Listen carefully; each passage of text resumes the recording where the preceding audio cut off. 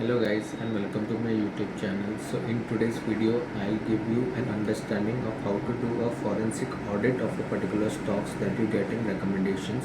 It is slightly different than doing a fundamental analysis of a company. In this particular we basically check if there is any accounting fraud or cash mismanagement or such illegal practices that the management is into, and we basically have to keep away from such stocks for long-term investments. Now, why it is important? Because in the last decade, almost 50% of the companies which were listed on the BSE 500 are now delisted, just because of the fact that they were involved in such practices. And in India, particularly, it's very important to look for such practices because many companies do get involved in this accounting fraud practices. In the recent year also, we can see Yes Bank and the HFL examples how investors lost their money by investing in companies which had carried out such practices. So it's very important before you choose your investment to check for such signs in which involves like an accounting fraud or cash mismanagement or illegal allocations of capital by the company's management. Now this process is quite long and it involves serious research, but again I have basically developed sort of a setup which can help you quickly screen for such stocks when you get recommendations. I'll basically share that setup with you and try to explain how these numbers looks for a good company and how versus the numbers look for a bad company. So let's get started with it. For our analysis, I have chosen 5 companies. One is, of course, Asian Paints, in which we know that how good the company is, how good the management is, and there is no history of accounting mismanagement or fraud. And I'll also choose 4 companies in which how the setup can help you to choose not to invest in those stocks. So first of all, I'll explain the setup and then we can look at the individual stocks. So the first ratio is CFO by PAT, which helps us to understand whether the profit on paper is converted to cash. It has to be greater than 1 in ideal scenarios. The second ratio is I by E, which is how much of the earnings the company is doing is investing back into the growth of the company. This ratio has to be somewhere between 30% to 60%. It should not be greater than 100% also. Somewhere between 30% to 60% is considered healthy. The third ratio is contingent ratio, which helps us to understand contingent liabilities. It has to be less than 0.1 or has to be less than whatever is the industry leader contingent liabilities are. Cash theft checks again has to be less than 0.1 or has to be compared with the industry leader of that particular sector. Altman Z-score is already available in Screener as a direct ratio. It has to be greater than 3 or 2. Generally greater than 2 is considered healthy. If it is less than 2, it's considered very unsafe, and the company, basically it's a sign to know that the company can go bankrupt if it is less than 2. The next ratio is operating cash from EBITDA. It has to be less than 1%. It has to be less than basically 100%, and general value for this is between 60% to 80% is considered safe. It should not be greater than 100%, which is a sign that there is an unknown cash which is not coming from the business profit. There is an unknown source of the cash. The next ratio is working capital days. Again, this has to be compared with the industry leader, and you can read up on it. The next ratio we can see is the interest coverage ratio. This again you can read up on it. The ideal number for this is 2. Anything which is greater than 2 is considered good. It generally gives us an idea whether the company is paying its interest on the debt that it has borrowed on timely manner. So generally it's a readily available ratio, and we can read up on it also. So these are from the ratios point of view.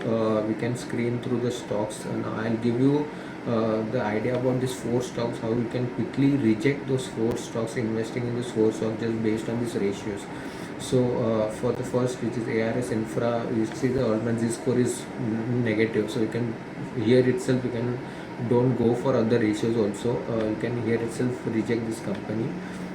In this particular company, Johnson Controls Hitachi Air Condition. I don't know this company. Just a recommendation from one of the subscriber. You can see the pledged shares percentage is very high, 30%, above 30%, which is a very bad sign. Again, operating cash from EBITDA is greater than 100%, which is 110%, which means that there is an unknown source of cash that the company has, which is not coming from the profit from the business. So it's generally very difficult to invest in those companies, and you can see that ROC and ROE ratios are also very less. So you can immediately neglect this company for investing. The next stock is Sona BELW Precision Forgings into auto ancillary stock.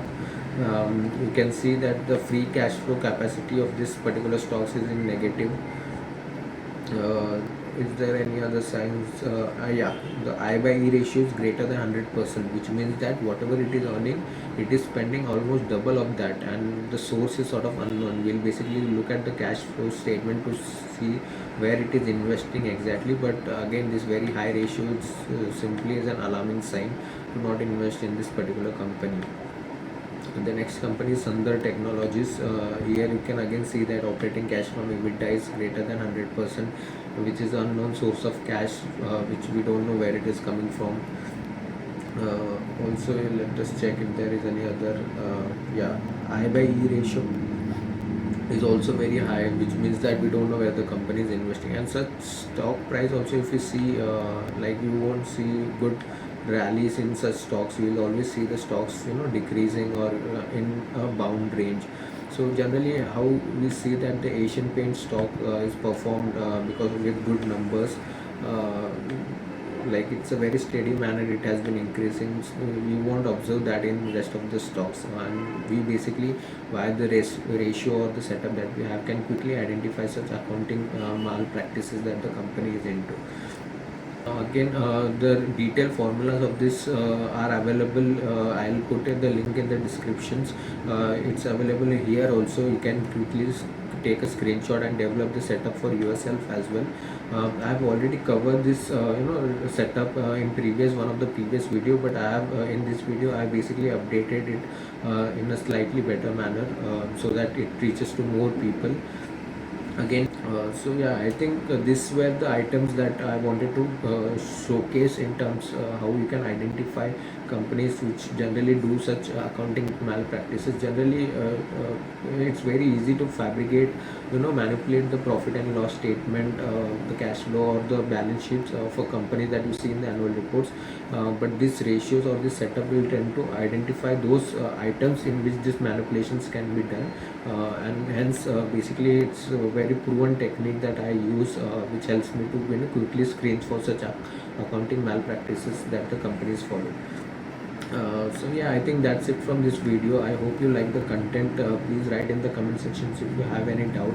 Also, please do share with other investing members who have joined investing recently, since it's very important to choose your investment wisely and not basically choose such fraudulent companies which are currently also rising small caps companies, but choose your investment wisely, and hence do share this setup or this video content with lot of other members so that they also come to this channel.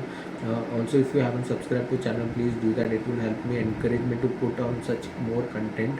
Also share your reactions by liking or disliking or writing in the comment section whatever you feel that I can improve upon. So yeah, I think that's it from this video. Thanks for watching. Take care. Bye.